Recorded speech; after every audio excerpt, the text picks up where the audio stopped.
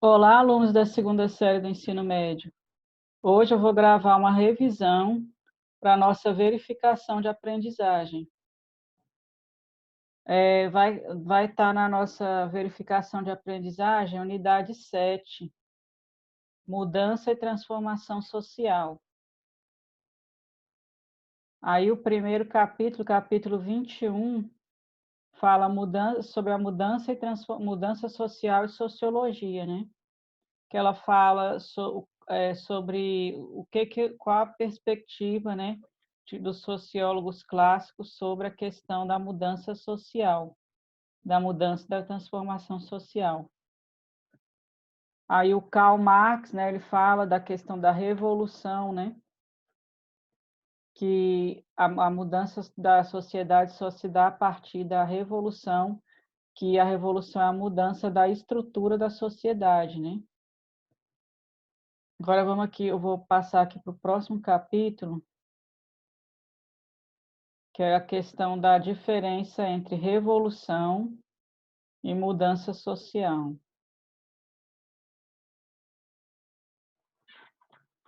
Aqui, ó. Capítulo 22 fala o seguinte, que a revolução é a transformação radical da estrutura social, política e econômica da sociedade.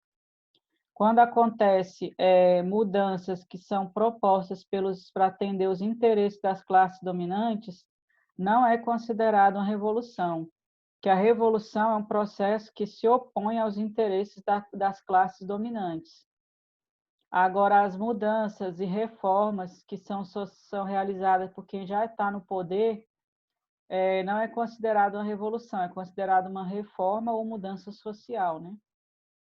Aí, aqui no capítulo, eles dão dois exemplos de revolução. Revolução agrícola, que transformou o modo de produção de alimentos, né, das populações humanas, e a Revolução Industrial, que mudou o modo de produção de mercadorias e mudou o sistema econômico, né, com a consolidação do capitalismo.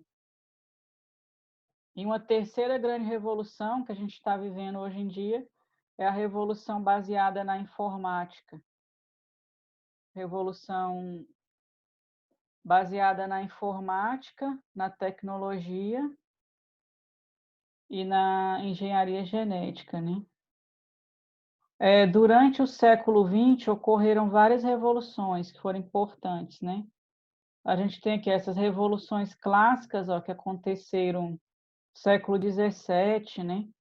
Revolução Inglesa, a Revolução Francesa, a Revolução Americana, que foi a independência dos Estados Unidos, né, da Inglaterra.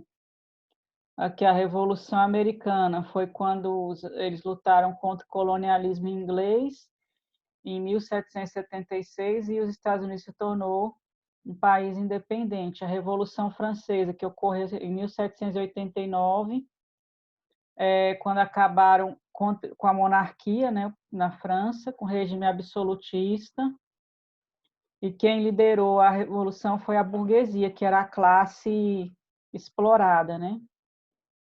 E ocorreu o processo de ascensão da burguesia. Então, a classe que era explorada, que era a burguesia, se tornou a classe dominante e eles que lideraram o processo revolucionário, né? Na Revolução Francesa. E outras revoluções no século XX que ocorreram, que mudaram a estrutura da sociedade. A Revolução Mexicana, em 1910, que participou principalmente de movimentos camponeses, tinham também envolvidos trabalhadores urbanos, né, e eles lutaram, conseguiram a reforma agrária e a deposição do ditador, né, Porfírio Dias. E tinha uma grande desigualdade na distribuição de terras. 1% da população possuía 97% das terras. Então, foi uma transformação na sociedade, né? Conseguir fazer a reforma agrária na sociedade que tinha uma desigualdade dessa de distribuição de terras. A Revolução Russa, em 1917, aconteceu a derrubada do czar. Os bolcheviques, né, tomaram o poder, liderados pelo Lenin e também pelo Trotsky. com a participação de trabalhadores urbanos e soldados chamados, no grupo chamado Soviete, os sovietes, né? E aí eles implantaram a República Soviética com um sistema socialista. Mudou o sistema de capitalismo para socialismo, né? Então, é considerado também uma revolução do século XX, Revolução Chinesa, que eles, também liderado pelo Partido Comunista Chinês, implantou o socialismo na China. Revolução Cubana, que também mudou a estrutura da sociedade, com a implantação de outro sistema econômico. Agora eu vou para aqui, para esse capítulo 23, que é Mudança e Transformação Social no Brasil. Aqui, ó. A nossa sociedade é muito considerada tradicional e ela precisava se modernizar para chegar a algum lugar. Então, foram feitas as reformas, né, para que a sociedade se modernizasse. Proclamação da República, né, abolição da escravidão, mas também não foram consideradas revoluções, porque quando aconteceu a abolição da escravidão, não foram criadas políticas para integrar os ex-escravos na sociedade, eles continuaram marginalizados, né, e excluídos na sociedade, por isso que não é considerada uma revolução. A proclamação da República acabou com a monarquia, proclamou a República, mas as classes dominantes que fizeram a mudança, né, que fizeram a revolução, então é uma mudança, uma reforma, né?